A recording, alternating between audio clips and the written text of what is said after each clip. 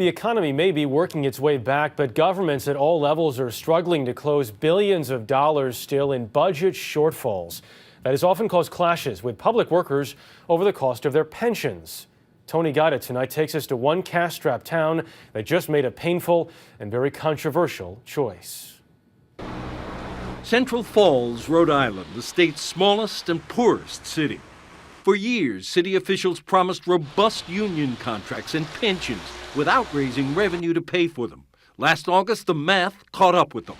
Central Falls was broke, its pension fund short $46 million. It declared bankruptcy. My daughters grew up here, they went to school here, and it's all gone.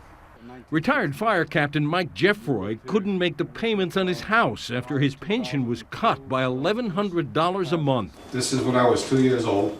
It was my first fire truck. The small apartment he now calls home is a shrine to better days and fond memories. We all born and raised there.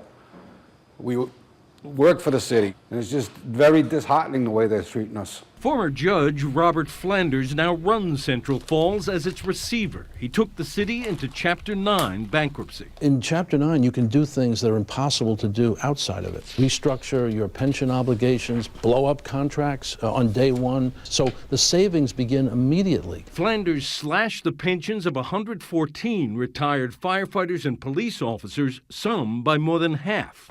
Central Falls is a tiny community, but the message going out from here is huge.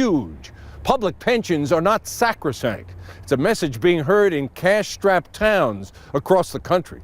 For Central Falls to put pensions on the table and to go after them as part of a restructuring effort is going to be a very important precedent as other cities and towns think about how do we restructure things. I'm not surprised that you think of it as an opportunity, but some of the police and fire retirees that I've talked to are really unhappy. Look, we all know that and felt terrible about this, but it was a choice between going broke and not being able to pay anything to these pensioners. We were literally running out of cash, or giving them something. And that's when I said to them that a haircut still looks a lot better than a beheading. It wasn't a haircut, it was a scalping. Central Falls hopes to emerge from bankruptcy in August. The retired police and firemen hope to join the state pension fund. But Fire Captain Mike Jeffroy says even if that happens, he'll never get his house back. Tony Guida, CBS News, Central Falls, Rhode Island.